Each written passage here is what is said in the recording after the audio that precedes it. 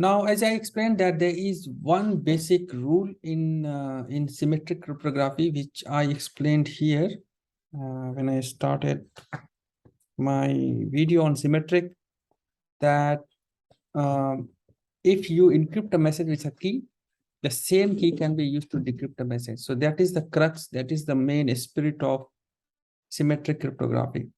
Now in asymmetric, what happens in asymmetric, that any user, when I say user, it means user or a computer, like I'm using this word interchangeably. So we have a user here. It will have two keys with him. One will be the public key and another will be the private key, right? So let me find a way, private and public. So let's say K1 is the public key and K2 is the private key, right? First, just try to understand this scenario, then I will explain the details. Similarly, this car will have, this is B, it will have two keys, K3 and K4. So K1 and K3 are public key. It is called public key. And K2 and K4 is called private key. Similarly, as we have in the previous example, we have internet, untrusted, insecure network in between, and we have a hacker here.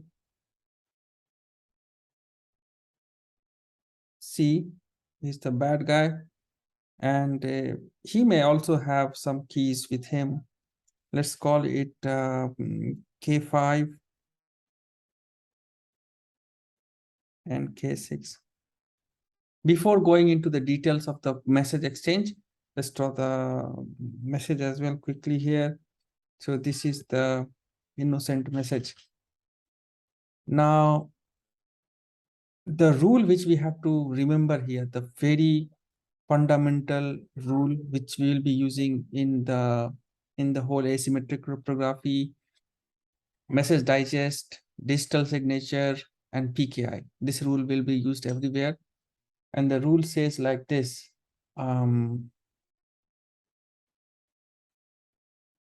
If you have a message M, and if you apply a public key, so let me write the whole thing, public key, and you get a message M dash, right? Now every key is generated in pair. Like for one system, when we generate asymmetric keys, so there is one public key and one private key. So if you encrypt a message of any type, any message, with a public key of a system A, let me write it here, public key A, right? Then this M dash can only and only be decrypted with the private key of A.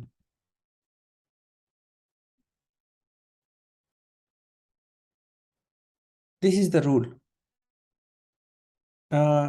You may have noticed that I'm not going into the details of how these keys are generated and what are the technical construct behind these keys.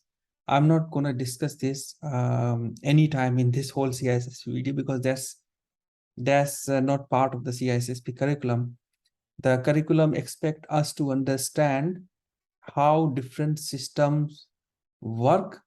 Like it's like driving a car. You need not to know how the ignition is working, how a steering wheel is moving, how the torque is generated. Those kind of things is not required to drive a car. You must, but you should know that where the brakes are, where is the steering wheel. In the similar way, in the asymmetric cryptography flavor, you should know that for the message M, if we encrypt with some public key, then it can only be decrypted with the corresponding private key. In this case, if we want to decrypt with the private key of B, it will not be decrypted. It will never be decrypted. Similarly, if we want to decrypt with the private key of C, it will never be decrypted. So this is the rule. I will say most important rule. We should know this most important rule. If you don't understand this rule, you should not proceed understanding any other concept in cryptography. This is something which you should always have in mind, and it's pretty evident, pretty clear. The way I have explained it is a very black and white way. There should not be any ambiguity here that only the key pair can be used to encrypt and decrypt the message. Now, there is another interesting rule here, which you should know, that if a message M is encrypted with a private key,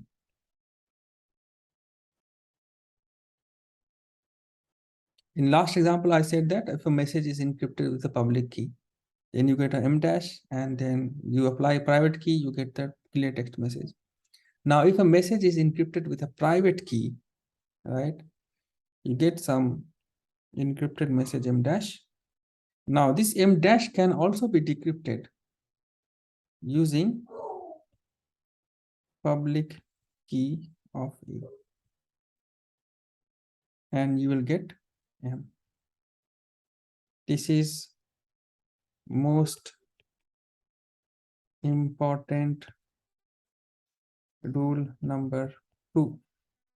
Here it was rule number 1.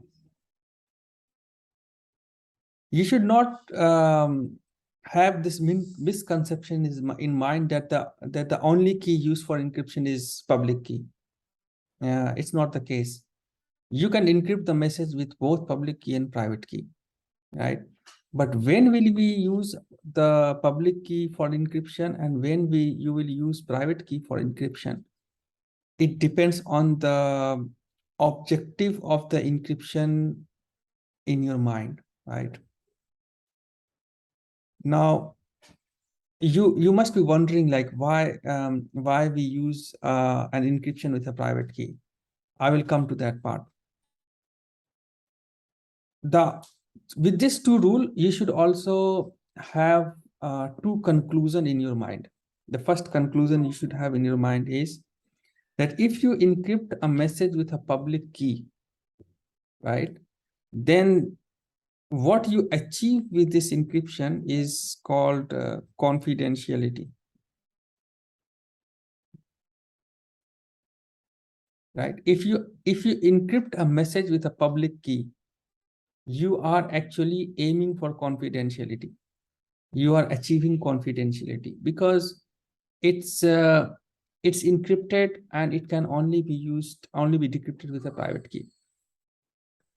The conclusion you should have in the rule number 2 is that if you are encrypting a message with a private key, then the objective you are achieving is called non-repudiation. Non-repudiation. Okay.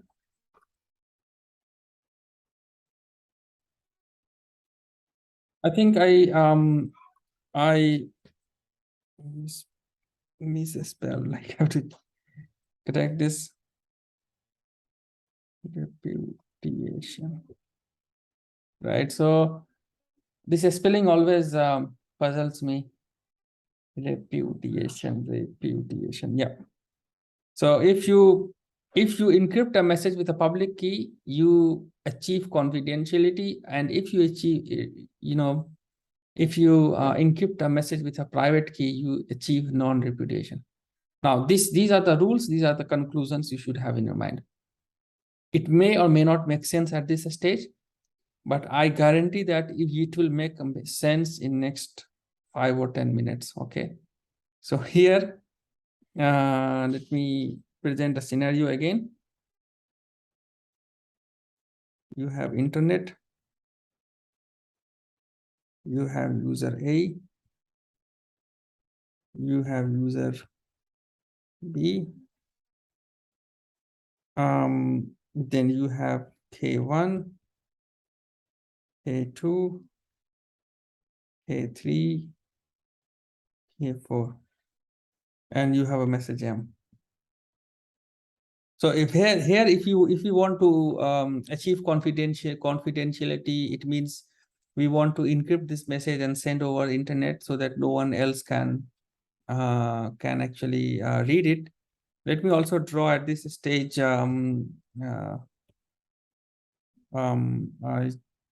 attacker or hacker C, and it may have some K5 and K6.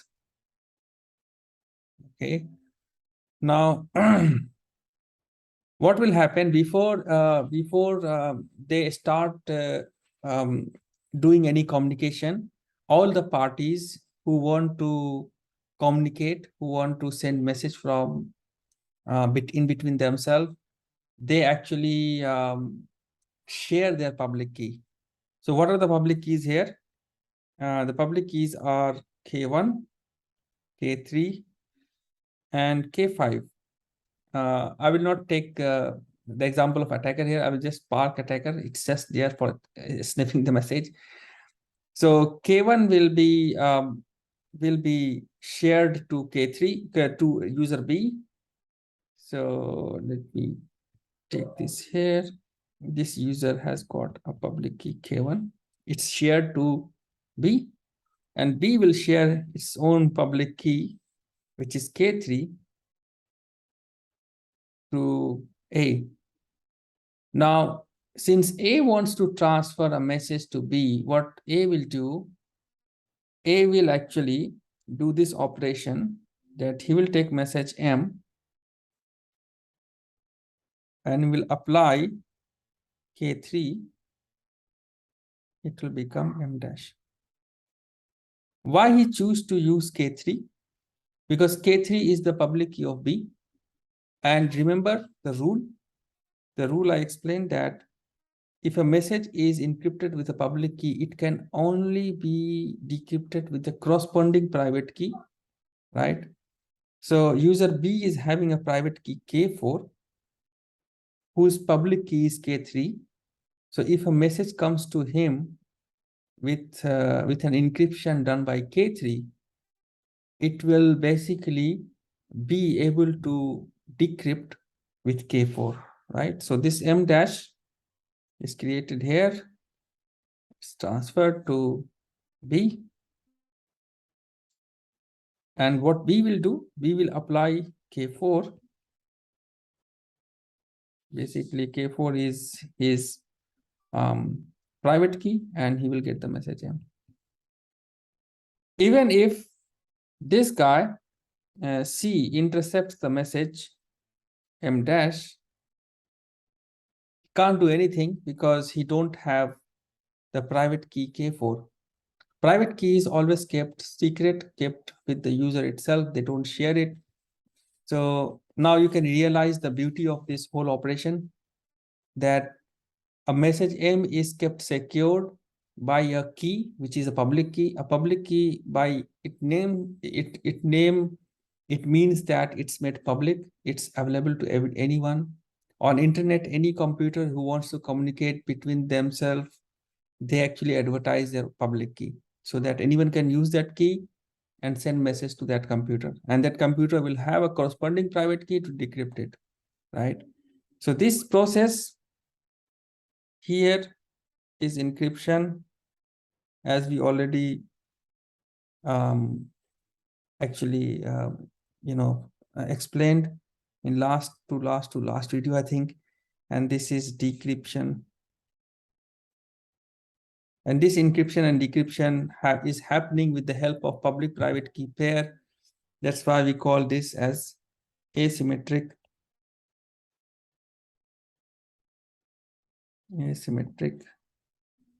encryption.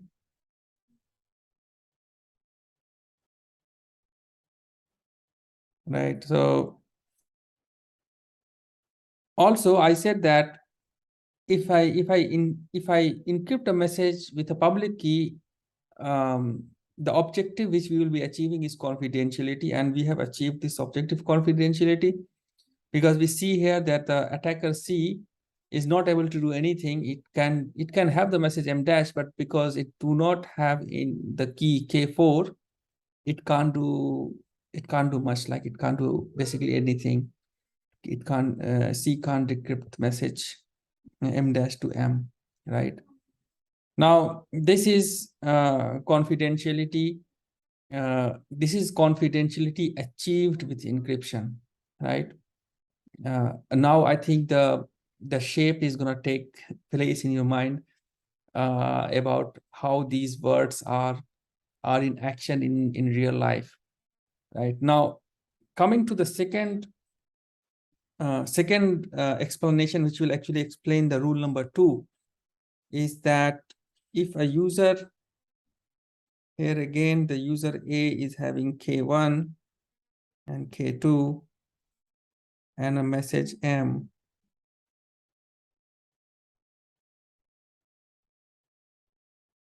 what I said that if it encrypts with K1, if it encrypts with, yeah, interestingly, let me explain this as well. If a message M is encrypted with K1, which is the public key of the user itself, and what's going to happen, this is M dash. Will it serve any purpose? I don't think it will serve any purpose because it can only be decrypted with its own private key, which is K2. If this M dash goes to any computer, any user, no one will be able to decrypt it and read it. It's about doing self encryption. It's it's writing a letter to self and using it encrypted in a way that you only have the key. So even if it goes outside, no one is going to read it because no one is going to have key. So we always use the public key of the recipient if we want to encrypt a message, right? Let me write it down here. We always use the public key of recipient if we want to send a secure message, right? We always use the public key of the recipient. That's the way we, so A will always use K3, which is the public key of the user B, right? Now, the point which I was explaining, this thing came in between. Now, if this A, sorry, this guy A have this K1 and K2. K2 is private key and K1 is public key. Now, if he writes some message M and encrypt with K2, which is the private key, and gets a message M dash, what's going to happen? This is an interesting interesting thing, because if I encrypt a message with a private key and we have an encrypted message M dash, it can be read by anyone on internet. Anyone can read it. You know why? Because we always advertise our public key to the whole world. So this message M dash, although it is encrypted, but it is not confidential. We are encrypting Generally, with this word encryption, we always think that we are gonna make something confidential. It's not always the case. Here, we are doing the encryption. We are encrypting a message, but this encryption can be decoded by anyone on the internet, any computer, any system. So here, it's very interesting to see that we have encryption, but the message is not confidential. This message is encrypted, but it's not confidential. What purpose it can serve? So to understand this purpose, let's bring B as well here again. Now, if B is getting this message M dash,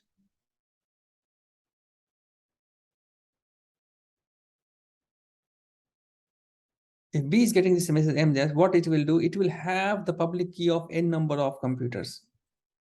It can apply to C, D, E, F, G, H, whatever computer is there on the network, it will apply the public key. But what will happen when he will apply the public key of user A, which is K1, he will get the message M. Now, this means since he is getting a decryption using the public key of A, it means that the message was indeed sent by A, right? So this process is actually proving one thing. This is proving that message is sent by A, right? And this proof is called, in legal term, is called non-repudiation.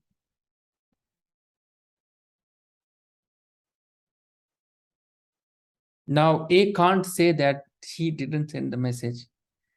The fact that the message is decrypted with using A's public key, it actually establishes that the message was sent by A, right? Now, I hope this is understood.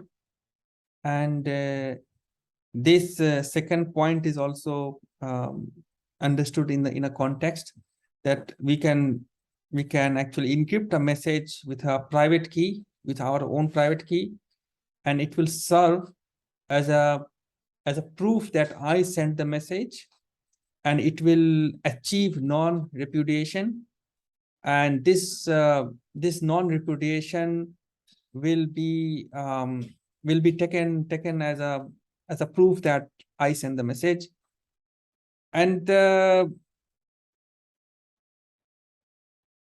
act of doing it, like signing, actually encrypting a message with a private key, this process itself is called digital signature, right? So I will just recap. If you have a message M, you encrypt with your own public key. It's good for nothing. You can't do with that message. You can't do anything with that message.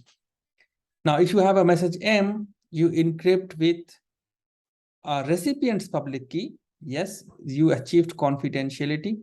The message is encrypted. It can only be decrypted by user B, whose public key you have used. Now, you have a message M and you encrypt with your own private key. Now, if you encrypt a message with your own private key, technically you are signing that message digitally, saying that I am sending this message.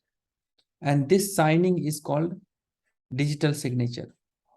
The signing is a signing, it's a verb, but the signed encrypted message, I mean, not signed, let me rephrase it. The encrypted message which comes from an encryption process using the private key of a system, that encrypted message is a digital signature. That way it's more correct, basically. So digital signature is a piece of encrypted message which is obtained by encrypting the message using a private key. And what it achieves, it achieves non-repudiation. And yeah, that's the whole crux of digital signature. So in this video, we learned about asymmetric encryption, that there are two keys for any party who want to communicate, public key and private key. Public key is distributed to all the people on the internet and is available to anyone. And if any computer wants to send a message to another computer, he has to search for that computer's public key, encrypt the message, send the message, and that computer will actually open the message using his own or her own private key, right? And if I want to send a message with my own private key, using my private key, I encrypt the message, that becomes a digital signature, and it serves the purpose of non-repudiation. So these two concepts are very important. You come to know about digital signatures. Now we will move ahead to understand what is key wrapping, digital envelope, and we will revisit digital signature again.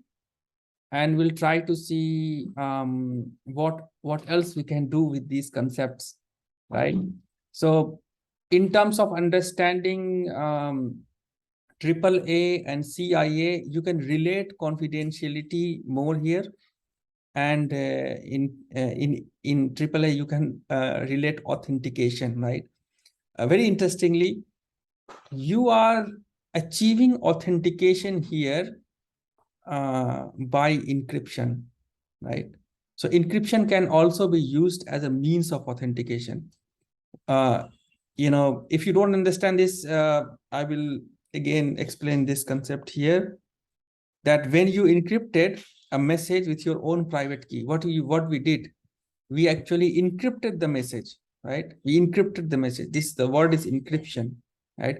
But with this encryption, the user B or system B is authenticating that the message came from A. So here encryption is used as a means of authentication. Encryption used as a means of authentication. And when it is used as a means of authentication, it establishes non-repudiation. Now A can't repudiate that he is not the sender of the message, right? So these are the interesting things. These are the interesting takeaway from this video, that we understood authentication, we understood encryption, we understood non-repudiation, and then we can sit back, relax, and think about confidentiality, integrity, and availability again, and how these concepts are related. I think the video length is too long now. I will make another video to explain further concepts. Thanks for watching the video. And as always, if you find this video interesting, you can like it. And if you have some suggestion, feedback, comment, question, anything, the comment section is free for you. Thanks for watching the video. Let's meet in another video.